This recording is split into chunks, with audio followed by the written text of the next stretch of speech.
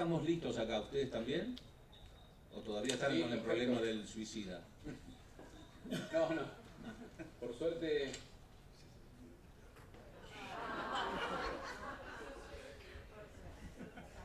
Les aviso, nosotros estamos perseguidos por dinosaurios, así que en cualquier momento entra uno.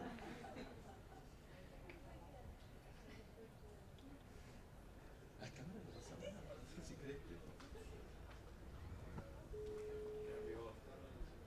Sí, mejor me siento ahí, chao. Ahí estamos. Ahí estamos. Ahí estamos. Bueno, ahí estamos.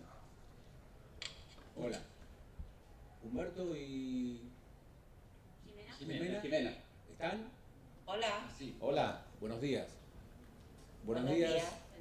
Queremos darles la calurosa bienvenida de la Universidad de Buenos Aires al profesor Humberto Maturana, al doctor Humberto Maturana, y a Jimena Dávila, que son cofundadores de la Escuela Matrística de Santiago.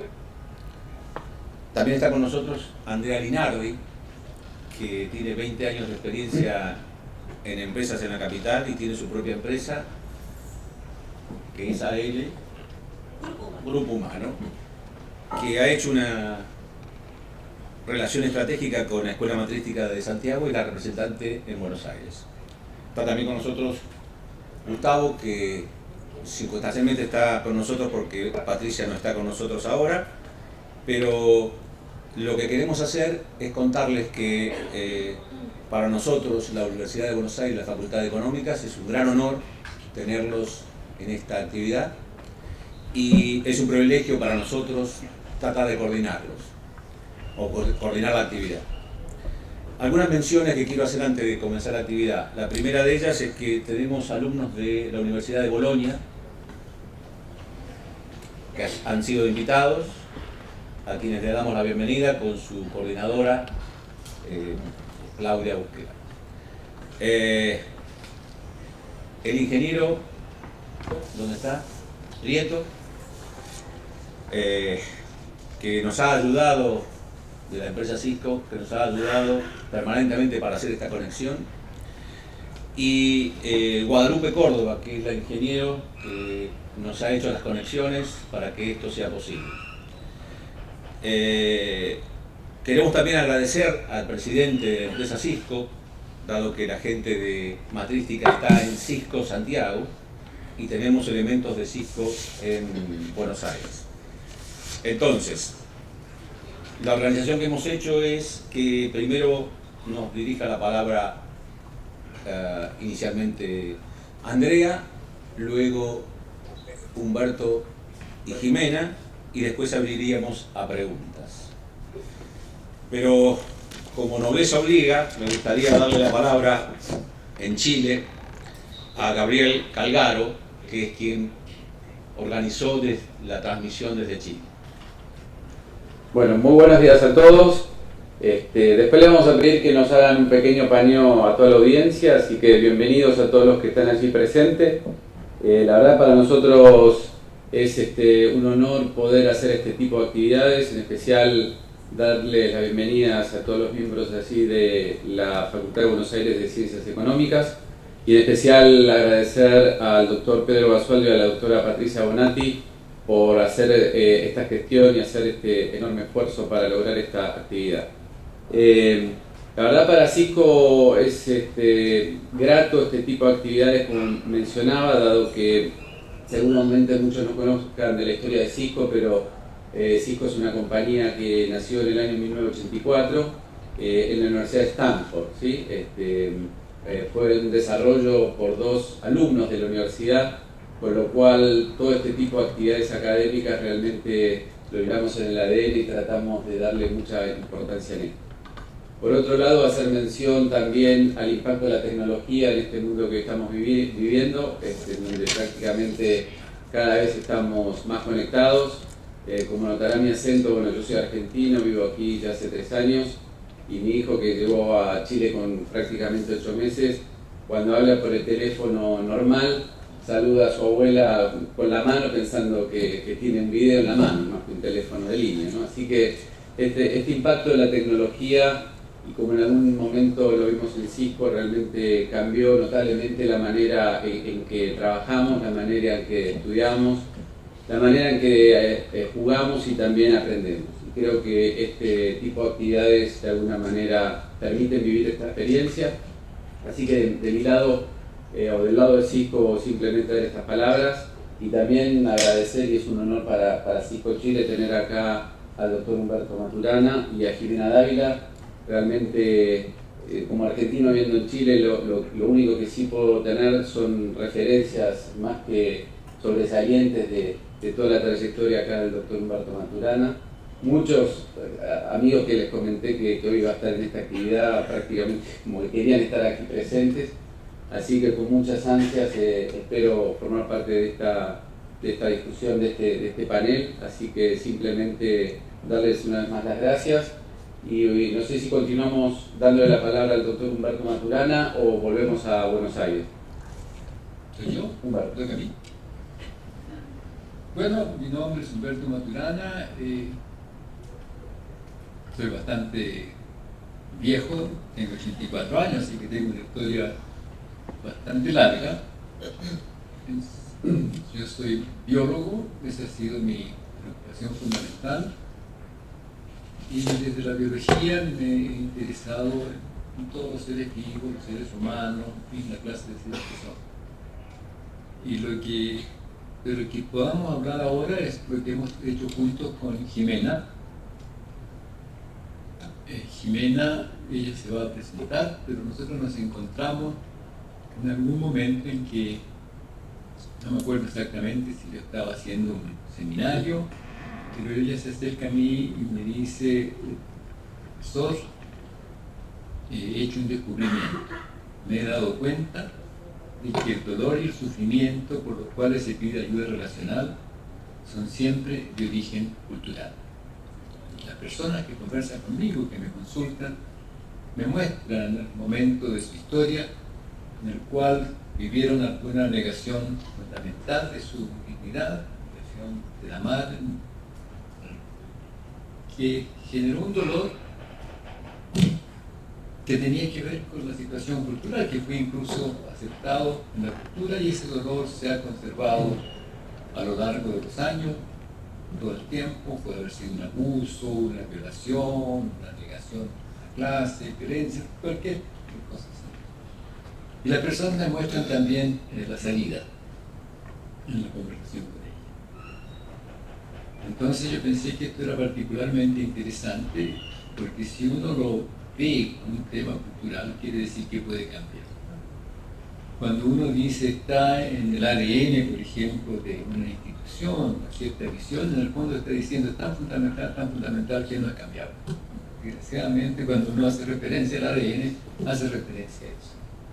Pero lo cultural siempre se puede cambiar, porque es de la epigénesis, de la historia de la vida particular. Entonces, en estas conversaciones con Jimena, ella me doy cuenta que la orientación que yo tenía como biólogo, mirando a los seres humanos, así como quien mira a la mariposa, tenía que cambiarla. Porque los seres humanos no venimos así como las mariposas, venimos como personas individuos. Y uno puede querer estar o no querer estar donde está, querer hacer o no querer hacer lo que supuestamente está haciendo. Y ese cambio de mirada nos llevó a nosotros, y Jimena nos miraba un poco más a ella, bajo su inspiración, a generar un espacio en el cual fuese posible participar en un cambio de conciencia que permitiese un cambio cultural en el cual las personas tuviesen esencia como personas. Y por eso juntos creamos la escuela, como dice Jimena, para dar un poquitito este proceso. Y nuestro tema fundamental viene a ser la pregunta: ¿cómo es que a las personas les importa lo que sucede a otras personas o a otros seres vivos, y a veces no? Hola, buenos días. Mi nombre es Jimena Dávila. Soy cofundadora con Humberto Maturana de Matística hace ya 13 años. Estudié orientación en relaciones humanas y familias con mención en relaciones laborales y trabajé en consultoría por muchos años. El trabajo que ha sido el fundamento para hacer lo que hacemos hoy día en la escuela, en lo que tiene que ver con la gestión en las organizaciones. Gestión que en este momento es un momento mundial, yo creo, en el mundo crítico, porque se necesita urgente una transformación cultural. Hemos tenido ya muchos tipos de líderes, hemos estudiado muchos modos de generar relaciones en las organizaciones para generar bienestar. Sin embargo, aún estamos con una problemática de encrucijada emocional en lo que es la gestión empresarial y también lo que es el hacer en la educación. Así que esa sería mi presentación. Soy mujer chilena, mamá, abuela, y mi oficio es conversar. Y un placer de estar con ustedes conversando en esto raro, ¿eh? Uno se tiene que acostumbrar a este espacio, porque yo soy de tocar, me gustaría abrazarlo, pero la tecnología todavía no ha avanzado mucho, pero vamos a tratar de acoplarnos y acostumbrarnos a esta nueva manera de conversar. Claro, espero que no avance tanto como para reemplazar y tocarnos verdaderamente. Claro, yo creo que nunca va a ser lo mismo. No. Pero sí podemos conversar. Bueno, muchísimas gracias a ambos. En el caso de que quieran, nosotros podemos tocarla a Andrea. Le damos la palabra a Andrea, que era nuestra organización inicial, que va a ser la parte introductoria. Gracias, Andrea. Bueno, buen día. Gracias a la universidad, a la facultad por la invitación, a la escuela matrística. Voy a mirar allá porque ahí me ven, ¿no? Sí, ahí va. Nosotros estamos por acá. ¿Se me escucha bien? No, pero ellos no. Ellos no. Bueno. En realidad, como introducción, lo que me gustaría a mí contarles fue mi acercamiento a los principios de la biología cultural y por qué los relaciono tan directamente con la transformación cultural en las empresas. Mi foco de estudio son las organizaciones y yo encuentro 3 puntos importantes a tratar. Uno es la diversidad generacional. Hoy por hoy en las empresas globalmente tenemos 3 generaciones, los baby boomers, la generación X y la generación Y. Y la generación Y tiene una forma de comportarse totalmente diferente a lo que teníamos nosotros 20 años atrás, generación X o más todavía baby boomers. Y esto que decimos totalmente diferente, también lo voy a asociar con saludablemente. Tienen una concepción y un anhelo y una motivación y unas ganas de bienestar saludablemente que están empujando para que todos aquellos que trabajamos en organizaciones busquemos lo mismo. El otro día lo hablaba con una persona en una empresa, me dice, pero hoy por hoy el tema es que no solamente los chicos de 25 años, y disculpen el tema del término chicos, digamos, ¿no? Pero los jóvenes de 25 años piden bienestar, también el de 40 y el de 50 pide lo mismo. Saludablemente esto se ha expandido y todos los que trabajamos en organizaciones de diversas maneras queremos tener un equilibrio y un bienestar. Y bienestar, como aprendí con la escuela matrística, es cuando no hay esfuerzo en el hacer, cuando disfrutamos el día a día que estamos trabajando. El segundo punto es la comunicación, grave problema que tenemos en las organizaciones, y ahora seguramente Humberto y Jimena van a hablar de la escucha. El fundamento de la biología cultural con relación a la escucha es algo que tenemos que empezar a implementar ya en las empresas. Tal cual comentaba Jimena, esta es una problemática global. Y cuando uno habla de la escucha reflexiva, tiene una manera de destrabar lo que está pasando en las organizaciones hoy. Y como tercer punto, porque no quiero robarle tiempo a ellos, que son los anfitriones, es el tema del liderazgo. Tiempo atrás estaba el jefe, el sistema control-mando, que muchos lo hemos sufrido.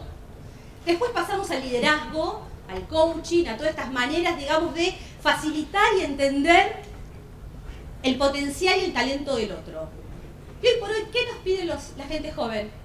La colaboración, término que es neurálgico en la escuela matrística. La colaboración, la motivación, el poder motivar y hacer corresponsable al otro de lo que estoy haciendo, la reflexión de lo que estoy haciendo.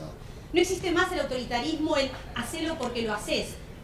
Muchos que estamos trabajando todavía esto lo vivimos, no estoy diciendo que esté implementado. Lo que digo es un concepto que rápidamente las empresas necesitan tomar, aprender, internalizar y empezar a practicar.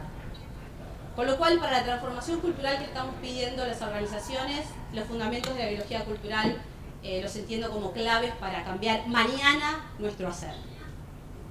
Humberto Jimena. Gracias. ¿Digo algo sobre biología cultural?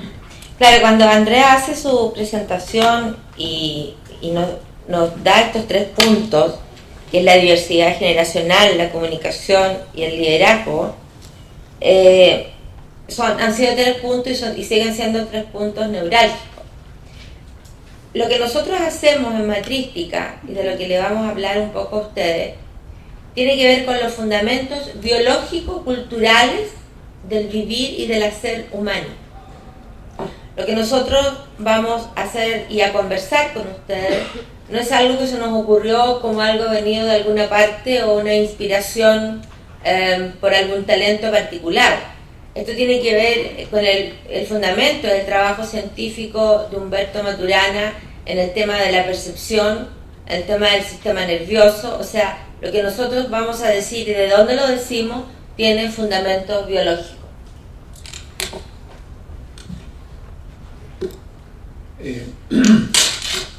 Nosotros hablamos de biología cultural, no biología y cultura, sino que biología cultural. Y ese guioncito entre las 2 palabras, en el fondo, lo que hace es unirlas fundamentalmente diciendo, esto es una unidad, pero es una unidad dinámica, son 2 cosas diferentes, pero al mismo tiempo no son diferentes porque se constituyen juntas en verdad en el origen del humano. Si uno intenta mirar cuáles son las condiciones bajo las cuales se origina el humano, para eso lo que tenemos que hacer es mirar cómo somos ahora, ¿no? Porque la historia de los seres vivos es conservadora. Somos conservadores, conservamos hábitos, conservamos modos de vivir, conservamos el vivinismo. Y si uno quiere entender el origen histórico, evolutivo, de algo en relación a los seres vivos, tiene que preguntarse qué se ha conservado. Y lo que se ha conservado es que en el origen mismo del humano está el espacio de convivencia cercano, acogedor, íntimo, en el cual puede surgir el lenguaje como un modo de convivir, cosa que por lo demás todos ustedes conocen, ya sea porque son hijos o papás o mamás o abuelos o abuelas, que han visto que el bebé recién nacido se transforma ahí en la convivencia y pasa a ser humano en ese proceso de convivir. Y ese proceso de convivir en nosotros tiene esencialmente que ver con el lenguaje, con las cosas que hacemos, o sea, con lo cultural. Así que lo biológico y lo cultural surgen entrelazados en el origen del humano, y esto tiene que haber ocurrido por lo menos unos 3,5 millones de años atrás, de modo que somos el presente de una historia de conservación, de un modo de vivir, que es el entrelazamiento mismo de lo biológico cultural en nuestro vivir, en el lenguaje, el conversar y reflexionar. Y como condición fundamental, algo que se llama lo vivo. Yo quisiera preguntar si aquí en esta sala o allá en esa sala hay algún robot de última generación. Que levante la mano, robot, por favor. Porque cuando nos hablan de lo biológico, nos acordamos del colegio y nos acordamos a los que nos gustó o a los que no les gustó de algo que tiene que ver más bien con una disciplina muy alejada de nosotros. Sin embargo, es fundamental, porque para que esto ocurra, para que haya habido esta coordinación, para que estemos conversando, lo fundamental es que estamos vivos. Somos seres vivos. Y tanto seres vivos, el vivir no sucede. No hacemos ningún esfuerzo para estar vivos. Alguno de ustedes en la mañana cuando se levantó tuvo que decir, ahora voy a hacer que funcione mi sistema respiratorio, voy a hacer que... No, el vivir no sucede. No hacemos ningún esfuerzo para estar vivos. Y desde ese principio fundamental de que somos seres vivos, generamos el mundo que vivimos. Somos sistemas moleculares, somos dinámicas moleculares, tal como lo es una planta, como lo es el animal que tienen en su casa. En ese sentido, como seres vivos somos de la misma clase, como sistemas moleculares. Somos seres vivos. Y eso es el principio fundamental de todo lo que podamos decir. Y lo que nos hace a nosotros los seres humanos, no es una constitución genética particular. Sin duda hay una constitución genética, hay una historia de transformación genética, pero lo central es el modo de vida. La historia evolutiva sigue la conservación de distintos modos de vida y la genética es arrastrada por la conservación de distintos modos de vivir. Entonces el modo de vivir humano es el que es peculiar. Es peculiar por las circunstancias del vivir, no porque tenga una cosa particularmente esencial, exclusiva del humano. Lo humano surge como lo humano en un vivir, en el convivir, en el cual surge el lenguaje y vivimos en el lenguaje. Aquí estamos reunidos escuchándonos en una conversación y cada uno de ustedes y nosotros está reflexionando sobre lo que está sucediendo. Y nos estamos preguntando si quiero estar aquí, no quiero estar aquí, qué estoy haciendo aquí, o qué interesante lo que está ocurriendo. Ese modo de vivir nuestro comienza en algún momento de la historia, no con la complejidad actual, sin duda, pero sí con esa complejidad creciente a lo largo de las generaciones, parecida un poquito a lo que va pasando con el niño, la niña que se va incorporando a vivir adulto. Pero el niño y la niña se incorporan a un vivir que ya existe en el lenguaje. En nuestro origen eso no estaba, así que es una construcción histórica de conservación de un vivir en el lenguaje que tiene que ver con haceres, con las coordinaciones de haceres. Y en esta historia, en el reflexionar y en el generar el mundo como redes de conversaciones y de coordinaciones de haceres. Cuando Humberto, nosotros hablamos, y Humberto destaca ahora el origen del humano surge en esa familia ancestral, en un espacio de cercanía duradera, en un espacio de hacer cosas juntos, en un espacio de el placer de hacer cosas juntos. Por eso hablamos de la familia ancestral. Familia es un grupo de personas que viven en el placer de estar juntos. Si no hay placer en la convivencia, no hay familia. Por lo tanto, cuando Andrea hablaba de esta generación y dice esta generación quiere bienestar, está en nuestro origen evolutivo. Y que los demás años queramos lo mismo no es extraño, porque si yo les pregunto a ustedes, a cada uno cómo quieren vivir, no creo que haya alguien que me vaya a responder quiero vivir mal. Queremos vivir en el bienestar, vivir en la fluidez del vivir, vivir en el placer de hacer lo que hacemos. Sin embargo, vivimos en una cultura. Una cultura surge como una red cerrada de conversaciones que uno conserva, genera y realiza en el propio vivirla de manera consciente o inconsciente. Somos generadores de los mundos que vivimos, cada uno de nosotros. Y vivimos en una cultura que está centrada en relaciones de dominación, de sometimiento, en busca del éxito, en la competencia. Y en ese espacio y en ese tipo de cultura en la que nos hemos enajenado y nos hemos fragmentado, de modo tal que hoy día queremos vivir en el bienestar, siendo el bienestar nuestro origen. Entonces la pregunta que tenemos de hacernos es qué modo de vivir hemos vivido de modo que hoy día queremos bienestar. ¿Qué modo de vivir hemos vivido de modo que hoy día hacemos curso de creatividad cuando la creatividad es constitutiva de lo humano? Entonces lo que tenemos que mirar es el modo de vida que hemos vivido como cultura en nuestras conversaciones que hemos generado de manera consciente e inconsciente. Por lo tanto, un cambio cultural es un cambio de modo de vida. Un cambio cultural no se hace por declaración de buenas intenciones.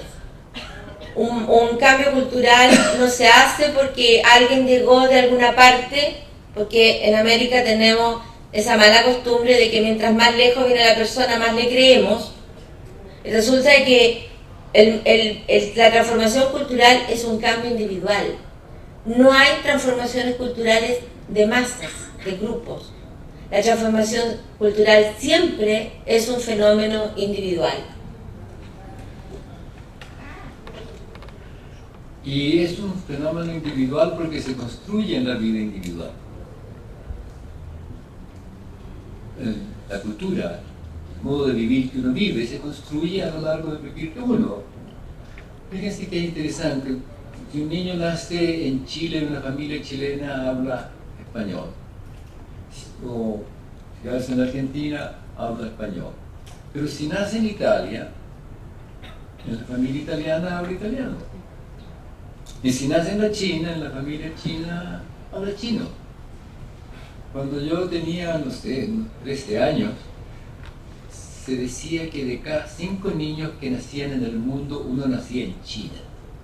Y yo pensaba, yo no voy a tener jamás 5 hijos, porque ¿qué voy a hacer yo si me nacen en China? No solamente no lo voy a conocer, no le voy a entender cuando hable, porque no pasa así. Los niños nacen en una familia, el papá y la mamá o aquellos adultos con los cuales convivir son el entorno en el cual nace y donde se transforma. ¿Y cómo se transforma? Según el vivir de los adultos con que viven. Se transformará en chinitos si nace en China, se transformará en argentinos si nace en Argentina, en chilenos si nace en Chile. Las diferencias pueden no ser gigantescas porque no lo son, porque son seres humanos, pero son modos de pensar, modos de actuar, historias reflexivas diferentes. Así que todo el vivir humano es individual y cuando hacemos un vivir colectivo son individuos los que se relacionan. En un sentido estricto no hay conflicto entre lo individual y lo social, porque lo individual no es contra lo social, si surge un espacio social, y lo social surge del entrecruzamiento del convivir de los individuos. Así que por eso es que es tan interesante este énfasis. Todo cambio cultural es de hecho un cambio psíquico, porque es un cambio individual que uno adopta desde los sentires íntimos de uno, desde el gusto, las preferencias, si es que lo quiere cambiar o simplemente por el vivir en el ámbito relacional que le toca vivir. Y aquí parece, con lo que Humberto está diciendo, aparece el tema que en este momento en Chile es uno de los grandes temas que tiene que ver con la educación. ¿Qué es educar? La educación ocurre como una transformación en la convivencia. O sea, nos estamos educando hasta que nos morimos. Nos estamos educando porque siempre nos estamos transformando. Hay una diferencia entre educar y enseñar. Enseñar es guiar la mirada a una teoría particular, a una asignatura particular. Pero educar, la educación ocurre como una transformación en la convivencia. Todos nosotros nos hemos transformado en la convivencia con los adultos con los que hemos vivido, con el colegio al que fuimos, con la universidad a la que fuimos. O sea, lo más maravilloso que cada uno de nosotros tiene es esa historia. A veces es una historia que nos ha dolido, pero todo lo que tenemos nosotros como recurso fundamental es esa historia, porque en esa historia nos transformamos en los adultos que somos hoy día. Cuando un joven, una muchacha llega a la universidad, o por lo menos sucedía así cuando yo era estudiante, a veces los profesores le decían a uno, mire, ahora viene en serio. Todo lo anterior no sirve, ahora viene en serio. Que era, en cierta manera, un crimen. Primero porque no es cierto, porque todo lo anterior es el fundamento de la posibilidad de lo que viene ahora. O sea, todo momento nuevo, esa es la naturaleza del proceso histórico. Cada instante se revisa sobre lo vivido antes. Así que la riqueza, como tú sueles decir, Jimena, la tiene es su historia. No como un relato, sino que como lo vivido y el presente que uno vive en términos de las emociones, de los deseos, de los pensamientos, etc. Así que esto de que nos transformamos en la convivencia como un fenómeno continuo, entenderlo es fundamental. Sí, la educación es un fenómeno continuo que está ocurriendo, querámoslo o no, a lo largo del vivir y que aprende en el educar uno modos de estar, modos de relacionarse, qué cosas se valora. Es distinto cuando uno enseña, porque cuando uno enseña, como dices tú, muestra algo, pero yo puedo mostrar este algo con respeto o sin respeto. Puedo mostrar este algo con sensibilidad por el otro al cual estoy mostrando lo que estoy mostrando, o con arrogancia y simple sensibilidad. Y es radicalmente distinto. Porque ese modo como yo muestro es el educar. Puedo mostrar una ecuación matemática, puedo mostrar una forma geométrica, puedo mostrar una teoría. Eso es enseñar. Pero el cómo lo hago, la dinámica emocional, la dinámica de sentir, es que guía mi estar en la relación, es educar. Y es eso lo central, lo que en el fondo va aprendiendo uno sobre cómo vivir la relación. O sea, uno aprende a vivir relacional con los adultos con los cuales vive en el proceso espontáneo o intencional de la educación. Y después llega uno a trabajar, llega a alguna organización, porque somos seres de organizaciones. Llegamos a una organización y también nos transformamos en la convivencia en la organización en la cual trabajamos. Por eso cuando esto que ha sido dramático, esto de llegar a este lugar y darse cuenta que hay una persona que se está queriendo suicidar porque no le pagaron su sueldo, es dramático. Es dramático porque me lleva a mí a pensar y a reflexionar cómo estamos haciendo lo que estamos haciendo. ¿Cómo estamos haciendo lo que estamos haciendo de modo tal que una persona llega a querer morirse porque no le han dado un derecho fundamental, que es esa relación que nosotros hacemos cuando firmamos un contrato? Entonces, ¿qué está pasando en las organizaciones hoy día? Que tenemos tanto estrés, que tenemos tanta depresión, que tenemos tanto malestar. Entonces, para unirlo a esto, con lo que tenemos y con lo que, por la universidad, en lo que la universidad hace, que tiene que ver con el vivir en las organizaciones. Y yo quisiera también con esto abrir el espacio a preguntas o a comentarios que tenga la mesa o que tengan las personas que están asistiendo a esta conversación, para hacerla realmente una conversación, porque conversar es danzar juntos. ¿Cuáles son las inquietudes que ustedes tienen? ¿Qué preguntas tienen? Como para que orientemos en el deseo de lo que ustedes quieran esta conferencia o esta conversación. Buen día. Yo tenía una pregunta por el profesor Humberto Maturana. Quería saber cómo el comportamiento ético institucional